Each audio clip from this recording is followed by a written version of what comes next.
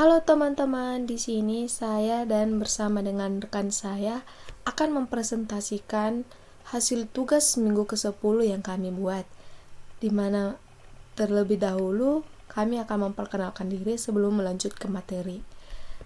Nama saya Juwita Malau dengan NIM 19051020046 dan rekan saya bernama Rujuni Nadia dengan NIM 19051020015. Kami dari kelas MI 5A Politeknik Negeri Medan. Pertama-tama saya akan membahas tentang metode.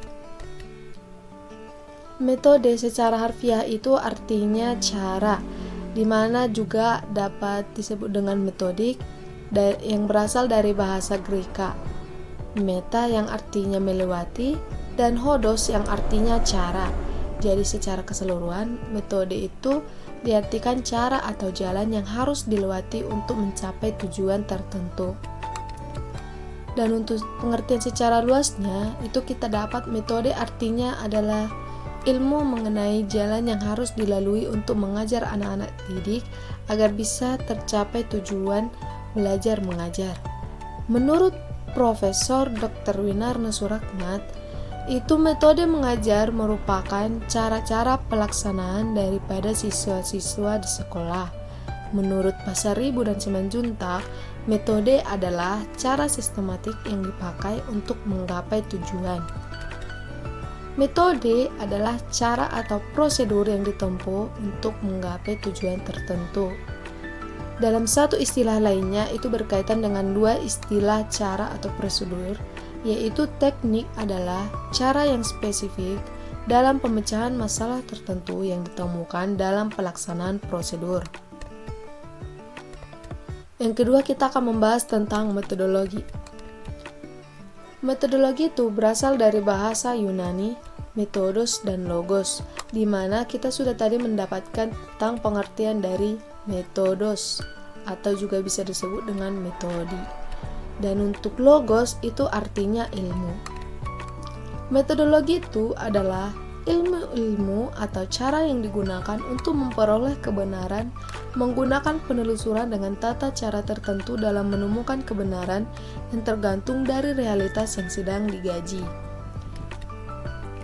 Ilmu itu terdiri atas 4 prinsip, yaitu yang pertama keteraturan atau orde, yang kedua itu sebab akibat atau determinisme, yang ketiga itu kesederhanaan atau parsimoni, dan yang keempat itu pengalaman yang dapat diamati atau empirisme. Perbedaan metode dan metodologi. Nah, itu kita dapat yang pertama itu dari berdasarkan etimologi, di mana metode itu berarti cara, sedangkan metodologi itu merupakan berasal dari suku kata, yaitu diambil dari metode, dan logos berarti itu ilmu tentang metode.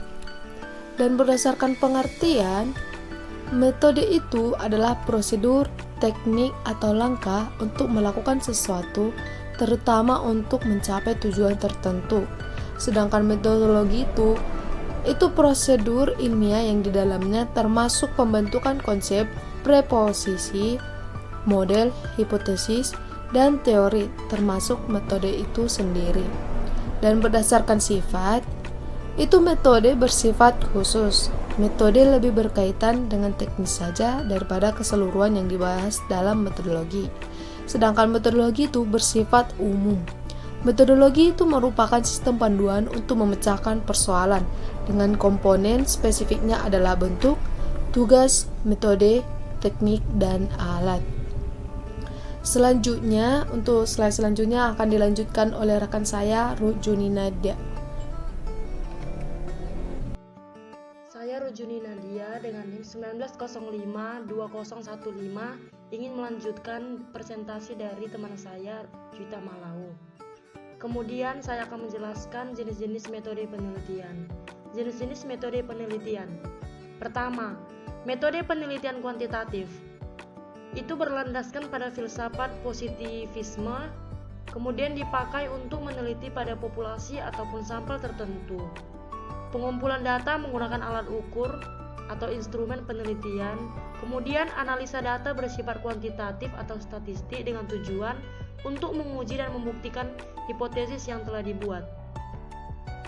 Secara umum, metode kuantitatif terdiri atas metode survei, di mana metode survei ini adalah metode penelitian kuantitatif yang digunakan untuk mendapatkan data yang terjadi pada masa lampau atau saat ini mengenai keyakinan, pendapat, karakteristik perilaku, hubungan variabel, dan untuk menguji beberapa hipotesis tentang variabel sosiologis dan psikologis dari sampel yang diambil dari populasi tertentu. Dalam metode eksperimen ini merupakan penelitian kuantitatif yang digunakan untuk mengetahui pengaruh variabel independen terhadap variabel dependen dalam kondisi yang terkendalikan. Kedua, metode penelitian kualitatif berlandaskan filsafat post-positivisme, kemudian digunakan untuk meneliti pada kondisi objek yang alamiah atau disebut lawan eksperimen, di mana peneliti sebagai instrumen kunci. Dan kemudian teknik pengumpulan data dilakukan secara triangulisme atau gabungan.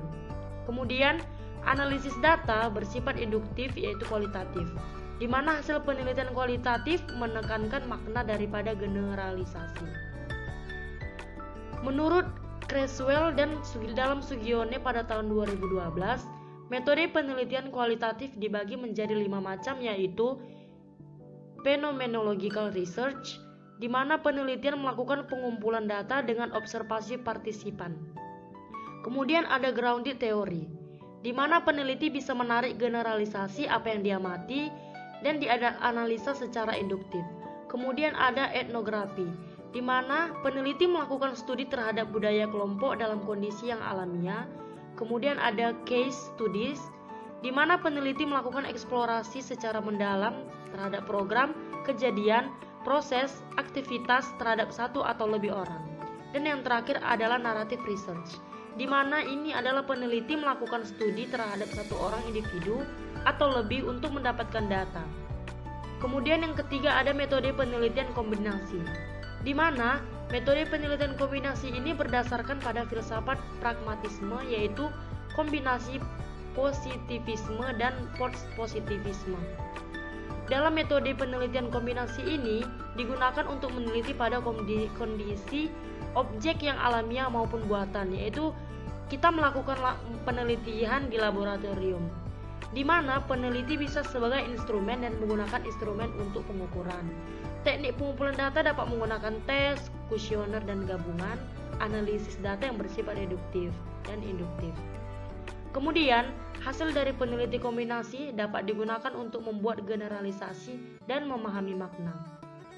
Dalam metode penelitian kombinasi dibagi menjadi 2. Yang pertama yaitu desain atau model sekuensial atau kombinasi berurutan, di mana urutan pembuktian dan sekuensial itu urutan penemuan.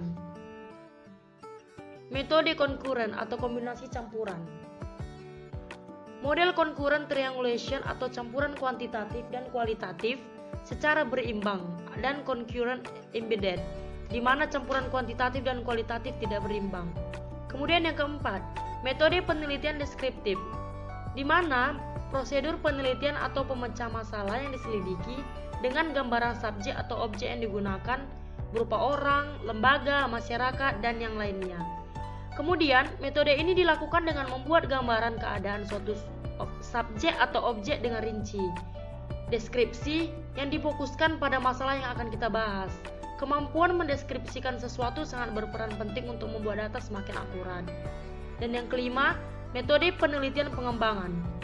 Dalam metode penelitian pengembangan sering juga disebut dengan istilah research atau development, yang merupakan jenis penelitian yang umumnya banyak digunakan dalam dunia pendidikan.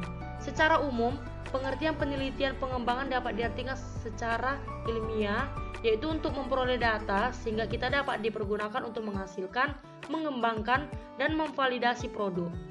Kemudian, penelitian pengembangan difungsikan sebagai dasar untuk pembangunan atau konstruksi model dan teori. Demikianlah hasil presentasi kami. Saya Ruth Juni Nadia dan rekan saya Juwita Malau telah menyampaikan presentasi tersebut. Apabila ada kesalahan kata, kami minta maaf. Sekian dan terima kasih.